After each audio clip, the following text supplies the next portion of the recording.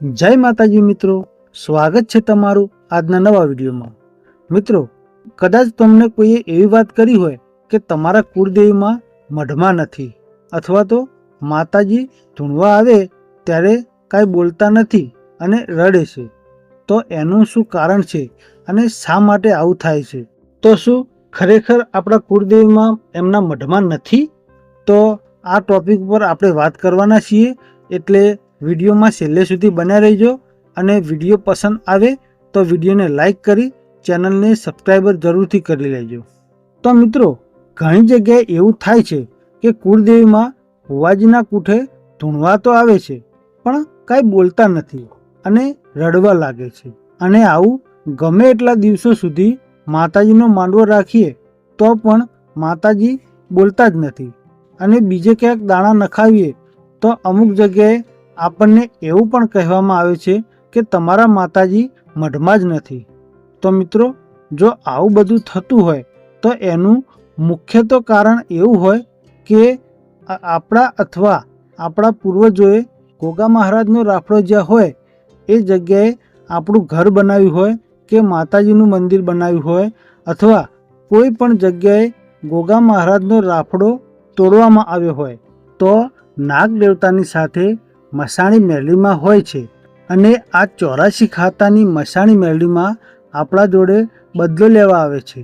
અને જ્યારે મસાણી મેરડીમાં આપણા કુળદેવીના મઢ આગળ આવે ત્યારે આપણા કુળદેવીમાને આભડછેટ લાગે છે અને ત્યારે કુળદેવીમાં મઢમાંથી ખસી જાય છે।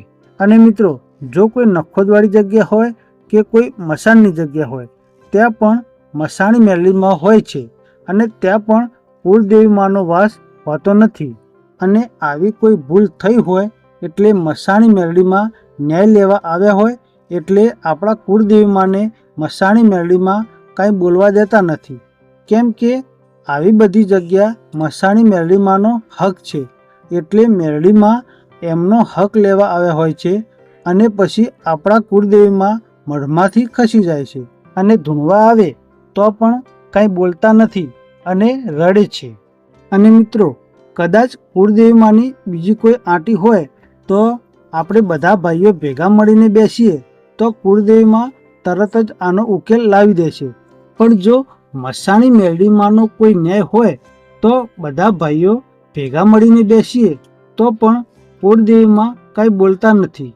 જો આવું થાય તો પહેલાં તો એ જાણો કે આપણા વડવાઓની આ મસાણી મેરડીમાં તો નથી ને, અને પછી એ જાણો કે આપણા જોડે રાફડાની જગ્યા કે નખોદવાળી જગ્યા કે મસાણની જગ્યા તો નથી ને।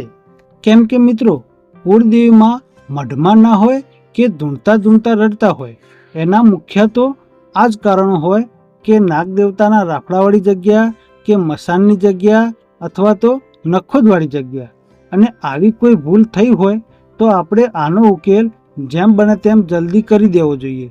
અને મિત્રો, કુળદેવીમાંની બીજી કોઈ ભૂલ હોય તો એ તો અમે તમને વિડીયોમાં આગળ જણાવ્યું કે જ્યારે આપણે બધા ભાઈઓ ભેગા મળીને બેસીએ અને કુળદેવીમાને કગરીએ એટલે કુળદેવીમાં રાજી થઈ જાય અને એમના આશીર્વાદ આપણને આપી જ દે છે।